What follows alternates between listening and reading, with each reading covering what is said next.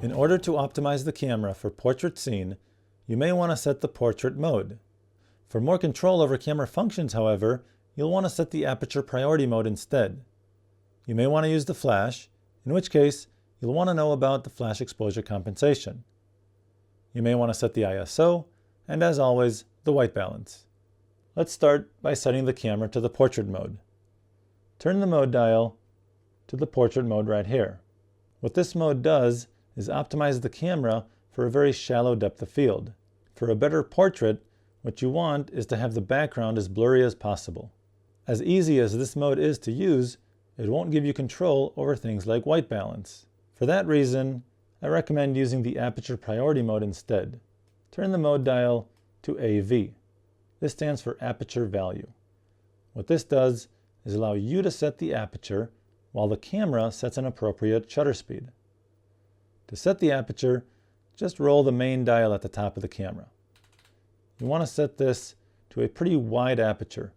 That way, you'll get as blurry background as possible. The widest aperture possible, for example, if I had a lens capable of 1.4, may be too shallow, which means not even the entire subject will be in focus. So you want to make sure that you get all the subject in focus while making the background blurry. With this lens, the widest aperture possible is 3.5, which should be just fine. Now, depending on the lighting in the scene, I may want to use the flash to either illuminate the subject or illuminate shadows on the subject. Go ahead and press the flash button right here to pop the flash. Now, if you are using the flash, you'll want to know about the flash exposure compensation. Depending on the distance of the subject from the camera, you may need to either increase or decrease the power of the flash. First, however, you want to take a picture with the flash exposure compensation set to 0. That way you'll know whether the strength needs to be increased or decreased. Once you've figured that out, you can press the quick menu button right here. Use the navigation buttons to highlight the flash exposure compensation field. Then use the main dial at the top of the camera to change this accordingly. You can decrease the power of the flash or increase the power of the flash. There's no good way of knowing how much you'll need to increase or decrease the power of the flash. Just try another setting and see how it works out. I'll set mine back to 0 and press the quick menu button to escape. Now let's go ahead and set the ISO. Press the ISO button right here at the top of the camera and use the navigation buttons to scroll to the proper ISO setting.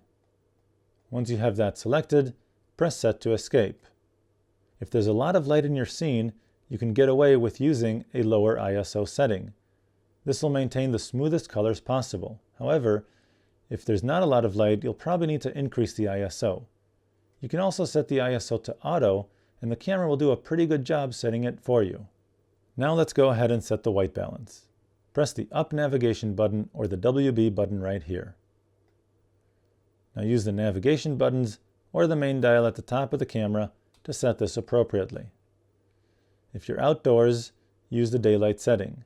If it's a cloudy day, you can set this to cloudy to warm up the tones in the image a bit. If you are using the flash to illuminate your subject, I would recommend setting this to flash. Press the set button to escape. Now with the camera properly set, you're ready to take the picture. Place the focusing point over the subject. Press the shutter button halfway to lock focus. Once the focus is locked, you can choose to recompose the image so that the subject is not necessarily in the center of the frame. Then, press the shutter button the rest of the way to take the picture.